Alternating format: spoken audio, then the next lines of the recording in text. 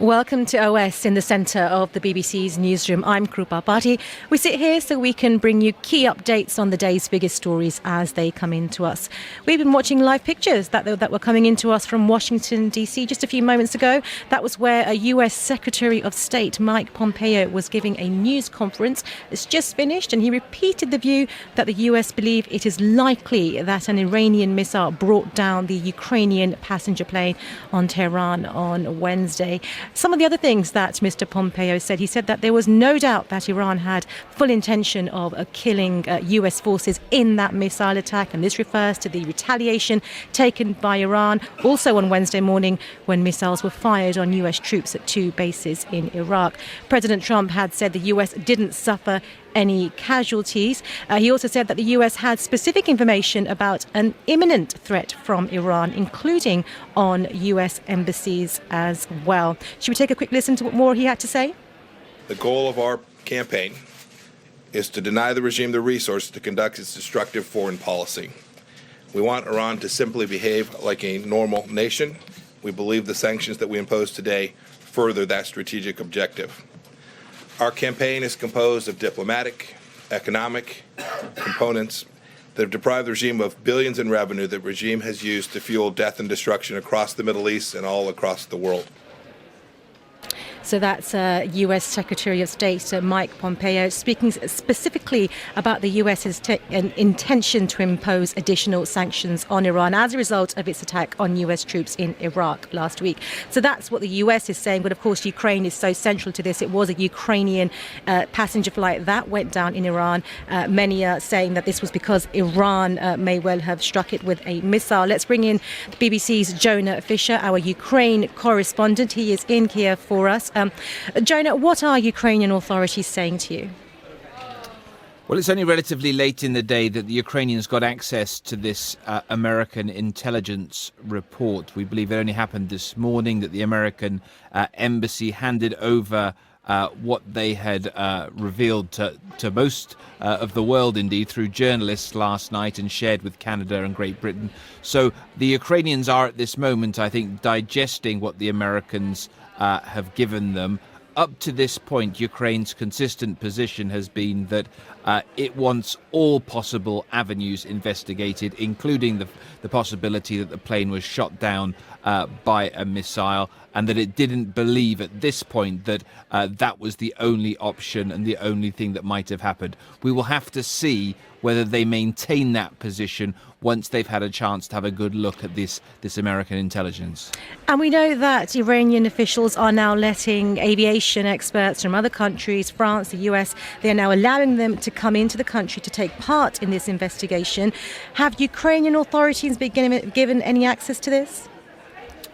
Look, there's already a team of Ukrainians in Iran. They were dispatched on the night of the crash by the president. So there's about 45 experts and officials already in Tehran. I think the more important question about this is when these experts do get to Iran, if they come from further afield, what will be there for them to have a look at? Because all the indications are that the crash site where the debris fell to in the early hours of Wednesday morning, that has now been almost entirely cleared by the Iranians, and all the pieces have been dumped or taken to another holding area. And I think that has horrified from a distance people with experience of air crash investigations, and I think cast some very serious doubts in people's minds as to whether Iran has done this because it doesn't want this to be a comprehensive investigation by outsiders. BBC's Jonah Fisher there highlighting the concern that many are now sharing online about the fact that there are videos emerging that the site of the crash is now being cleared. It's perfect timing now to bring in my colleague from BBC Monitoring, Shayan Sardarizadeh, joining me to talk through some of those videos. Your job is to sift through all the information you're getting, including videos, many of which are now coming out of Iran. Talk us through them. Where are they from, and what are they telling us about what has happened there? Yeah, so we have had 6 videos on Iranian social media published in the last couple of days. Initially, we had 3 videos. One was a CCTV footage, and we had 2 Other videos, one taken from a car near the crash site and another one taken on a motorway. All of these videos were post-impact. So we saw a plane on fire, crashing. It took about 25 seconds to 30 seconds for the plane, while it was on fire, to then hit the ground and explode, causing a massive explosion and a bright light.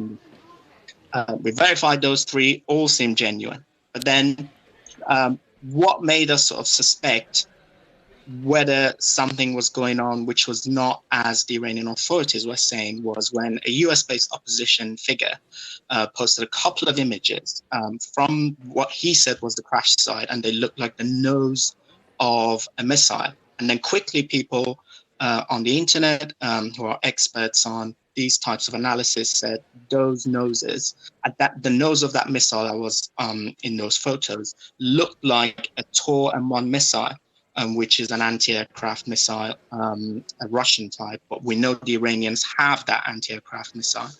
However, what we weren't clear on was whether those photos were definitely taken from the crash site, who had taken them, the time, the date, and all the rest of it. And what didn't help us was that account, the US-based opposition account, posted those images and said they'd been sent to him by somebody inside Iran.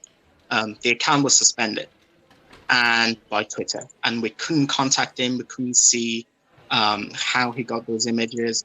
It looked like the images were taken on an Iranian street, but we didn't know the time and the date whether it was actually a crash site. And then yesterday, a couple more videos emerged. One of them, which caused quite a lot of outrage, and plenty of news organizations quickly started investigating it. We in the BBC have been as well. Showed what looked like a missile, an object hitting the plane and then causing it to change direction. We know the plane wanted to go back to the airport and then crashing. So we examined that footage, we geolocated it. It was definitely taken at a site very, very close to the crash site. We know exactly where it was taken. We don't know who took it, but it seems like the video was taken on that night and could be a major clue to what actually happened. However, it's important to emphasize we still don't know for sure whether a missile was fired. We still don't know anything about those two images that look like a missile nose.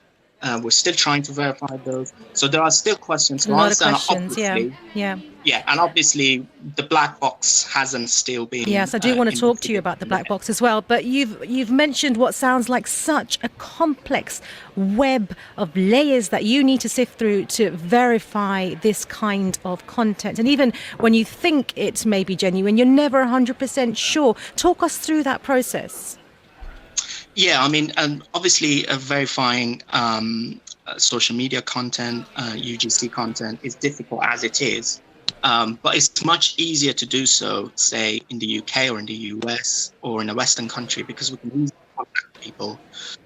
We can talk to them, we can ask questions, we can see who actually took a video, took an image, the time, the date, get clues whether they were actually on that site when they took that image or video.